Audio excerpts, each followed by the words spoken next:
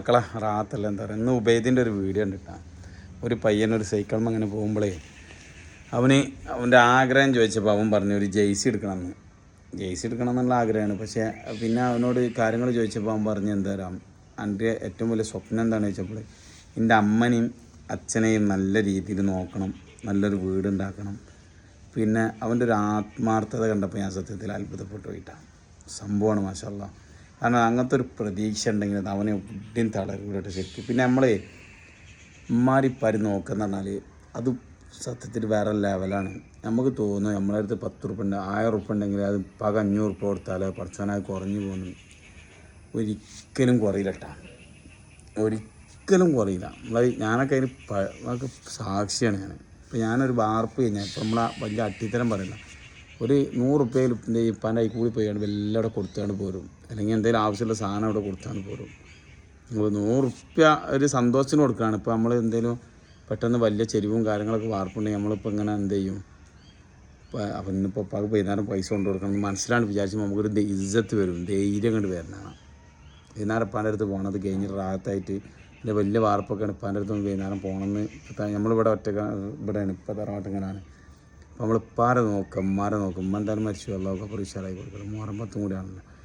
ഉമ്മാരെ നോക്കുക, ഉപ്പാരെ നോക്കുക എന്ന് പറഞ്ഞാൽ ആ വാക്കുകൾ കേൾക്കുമ്പോൾ തന്നെ ഏത് മക്കളോട് നമ്മൾ പറഞ്ഞ കാര്യമായിട്ട് എന്താ പറയുക, ഉമ്മാരിപ്പാര് നോക്കുക. അപ്പോൾ അത് നമുക്ക് നിയമത്തുകൾ ഏറ്റി തരും. ഒരു സംശയമില്ലാത്ത കാര്യമാണ് അത് കേട്ടോ.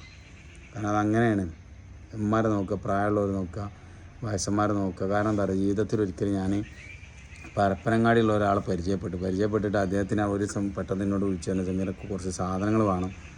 എന്ത് സാധനങ്ങൾ ചോദിച്ചപ്പോൾ ഞാൻ ഇന്ന കുറച്ച് സാധനങ്ങൾ, പച്ചക്കറി സാധനങ്ങൾ, അങ്ങനത്തെ സാധനങ്ങളൊക്കെ പറഞ്ഞ് ഞാൻ കുറേ സാധനങ്ങളായിട്ടൊക്കെ രാത്രി എന്ത് ചെയ്ത് പോയിട്ട് തിരിച്ച് വരുമ്പോൾ അദ്ദേഹം എന്നോട് എൻ്റെ കയ്യെ പിടിച്ചാണ്ട് എന്നോട് പറഞ്ഞു അള്ളാഹു മരണപ്പെട്ടു പോയി, അപ്പോൾ അദ്ദേഹത്തിൻ്റെ ഖബർ അള്ളാഹു വിശാലായി കൊടുക്കട്ടെ.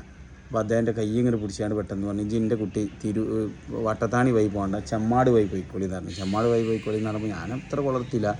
ഞാനങ്ങനെ പരപ്പനങ്ങാടിയും ചെമ്മാട് വഴി പോകുന്നു. ചെമ്മാട് വഴി പോകുന്നപ്പോൾ ഇവിടെ വെച്ചിട്ട് പൂക്കിപ്പറമ്പ് വെച്ചിട്ട് എപ്പിസ്ഥാനെ കണ്ടു. പെട്ടെന്ന് അപ്രതീക്ഷിതമായിട്ട് എപ്പിസ്ഥാനെ കണ്ടിട്ട് ഞാൻ എപ്പിസ്ഥാനോട് പറഞ്ഞു എനിക്കൊരു സ്ഥലം എടുക്കാൻ ഒരു ചെറിയ ഒരു ഉദ്ദേശം ഉണ്ട് പറഞ്ഞു. ഒരു ആകെ 560 ഉറുപ്പ്യ ബാക്കി എൻ്റെ കയ്യിലുണ്ടായിരുന്നു. 500 ഉറുപ്പ്യ എപ്പിസ്ഥാനം എടുത്തപ്പോൾ എപ്പിസ്ഥാൻ തട്ടി മറ്റേ ആ പൈസ അതേപോലെ കയ്യിൽ എൻ്റെ അവിടുന്ന് അദ്ദേഹം കൈ പിടിച്ച ആ ഓർമ്മ എനിക്ക് വന്ന് കൈ പിടിച്ചാൽ തിരിച്ചാണ്ട് എന്നെ സദസ്സിൻ്റെ ബാക്കിൽ നിർത്തിയാണ്ട് എന്നോട് അറിഞ്ഞ് ഇവിടെ നിൽക്കുകയായിരുന്നു. അതേ 500 ഉറുപ്പ്യ എന്ത് ചെയ്ത് 500 ഉറുപ്പ്യ ആണെങ്കിൽ മറ്റൊരു 500 ഉറുപ്പ്യ എന്നറിയില്ല. 500 ഉറുപ്പ്യ മന്ത്രി ചോദിക്കാണ്ട് എൻ്റെ കയ്യിൽ തന്നു. എൻ്റെ കുട്ടി പോയിട്ട് സ്ഥലങ്ങൾ എടുത്തോളി എന്ന്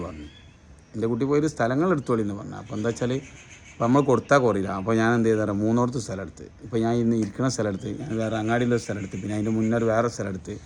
അപ്പോൾ എന്താ വെച്ചാൽ നമ്മൾ എന്താ ചെയ്യുക ഉണ്ടാവുക, നമ്മൾ കൊടുക്കുക. അള്ളാഹു കൊടുത്താൽ നമ്മളെ കയ്യിനെ കുഴക്കില്ല, 100% ഉറപ്പാട്ടാണ്. ഇപ്പം മിഞ്ഞാന്ന് എൻ്റെ പാൻറ്റ് വേറൊരു അനുഭവം. അപ്പോൾ അങ്ങനെ കുറേ അനുഭവങ്ങൾ പറയണ്ട. അപ്പോൾ എന്താ പറയുക, നമ്മൾ കഴിയുന്നതും 10 ഉറുപ്പ്യ എന്ത് ചെയ്യുക കൊടുക്കാൻ വേണ്ടി നമ്മളെ കയ്യിലുണ്ടാവില്ല, സ്വാഭാവികമായിട്ട് നമ്മളെ കയ്യിലുണ്ടാവില്ല.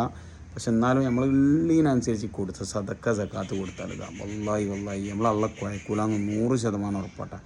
അപ്പോൾ ആ മോൻക്ക് ദൈവം എന്തായിട്ട് ഐശ്വര്യം പ്രദാനം ചെയ്യട്ടെ, അതേമാതിരി വിദ്യാഭ്യാസം നല്ല ഉന്നത വിദ്യാഭ്യാസത്തിലെത്തട്ടെ എന്ന് ആശംസിക്കണം. ഓക്കെ, നല്ല ഒരു വിദ്യാഭ്യാസത്തിലെത്തട്ടെ എന്ന് ആശംസിക്കണം.